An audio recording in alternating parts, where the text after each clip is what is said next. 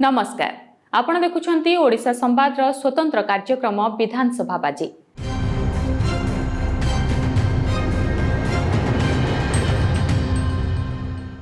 नवरंगपुर उमरकोट विधानसभा रे 24 देखिबो बड़ लड़ई।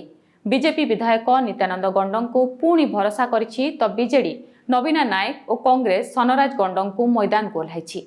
2019 रे उमरकोट जीतिथिले बीजेपी रो नित्यानंद गंड। 2009 और 2014 रे बीजेडी उमरकोट रे विजय हासिल करथिबा बेले गत थर एठारे पद्म फुटाइथिले नित्यानंद। बीजेडी रो पूर्वतन विधायक सुभाष गंडों को मात देइथिले नित्यानंद।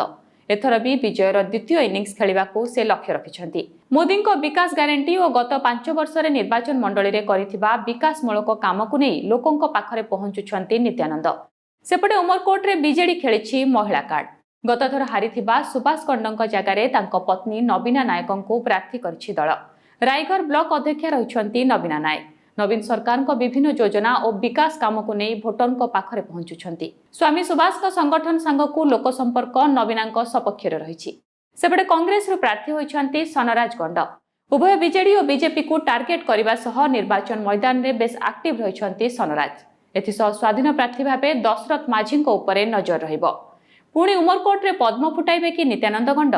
स्वामी पराजयर प्रतिशोध नेबे कि नवीना नायक? 20 वर्ष पर कमबैक करिबो कि कांग्रेस ना स्वाधीन प्रार्थी दशरथ माझी देखाइबे दम?